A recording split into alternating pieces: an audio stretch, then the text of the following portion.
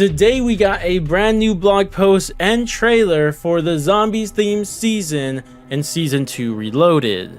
No, I'm not going to let them live down the fact that we had a Zombies themed season and got nothing at the launch of it. But something that is very interesting about all of this that I think is worth mentioning is that this update is actually going live in just 2 days on March 6th. Because normally when they drop these trailers and blog posts, it's exactly a week before. But now we're only getting it 2 days before, so that is something interesting. And also, credit to them for actually giving us a standalone Zombies trailer. We haven't seen that in a while. Either way, though, if we look through the trailer and blog posts, I mean, the blog post is where everything's at because the trailer is just there to look cool, to be completely honest. I don't think there's anything super unique going on there. The only thing that I think is worth pointing out is that you do see these mimics that are all electric-y and have these dark ether crystals growing out of them.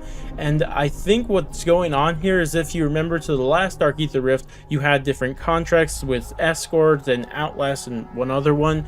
And this time, I think one of the contracts you're going to be able to do here is going to be Elimination, where you have to kill a mini-boss. And I think that's what's going on here. I don't think there's anything more crazy than that. It's just going to be a super buff mini-boss that we're going to have to kill. Hopefully I'm wrong, but that's what I think it's going to be. Now, as for the actual content, I think it's going to be pretty similar to Season 1, where we're going to get a new story mission, and then when we complete it, we'll have access to the new Dark Ether Rift area.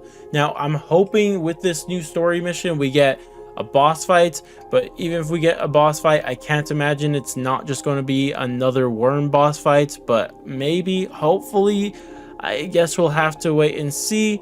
But as for the new Dark Ether Rift area, I imagine it's going to be a lot of the similar things that we've seen before with Season 1, where we're going to have contracts that we have to complete, and one of them is probably going to be Elimination. And after completing these contracts, you're going to get the new items, or I guess the new schematics. And speaking of the new schematics, we've known about them for a little bit now, but they include the schematics for the VR11, which is actually better than a lot of people give credit for. It actually kills the worms super fast, so it's actually going to be really nice to actually be able to use it, because it's been so rare for me to get. Like, I've only got it like once or twice since it came out, which is insane.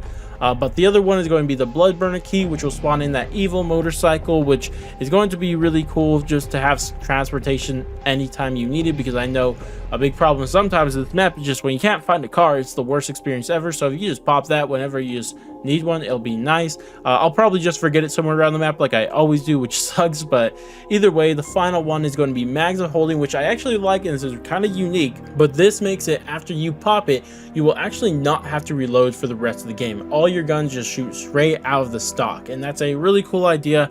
I'm glad they brought this to Zombies, especially for like worm boss fights. And imagine the VR11 with Mags of Holding against a worm. That actually might be a little bit broken, to be completely honest. You might just be able to melt these bosses completely fast, but that should be a good one when we ever get to unlock it. Now, of course, the final update and the thing I care least about is a new warlord called Curses. I think that's how you say her name.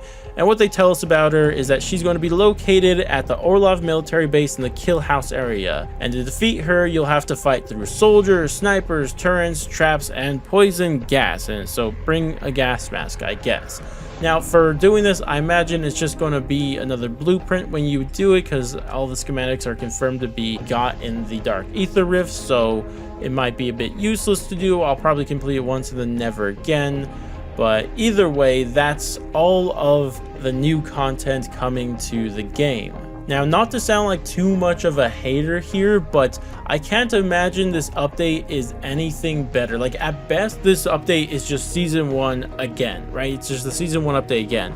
But at worst, it's just Season 1's update light. It's like a lighter version of it. Like, it might not have a boss fight. It might not have multiple levels to the rifts. And that's what I'm worried it's going to be. And I hope it's not. Hopefully there's something cool here that they're not telling us about, but I am not having high hopes for that. But I guess I'm just going to have to wait till it actually comes out to see what it's all really about. Either way, though, let me know what you guys think about it. Is it something exciting? You're just happy to get content for Zombies again? Or what is your thoughts and opinions on this? I'd love to hear them down in the comment section below. Regardless, though, that's going to wrap it up for me. If you guys did enjoy the video and found it informative, useful, or any way, shape, or form, then definitely do all that normal YouTube stuff. Like, subscribe, bell, share, all that great stuff. But I'm going to go, and I'll catch you guys next stream, video, or whatever that may be, and laters, guys.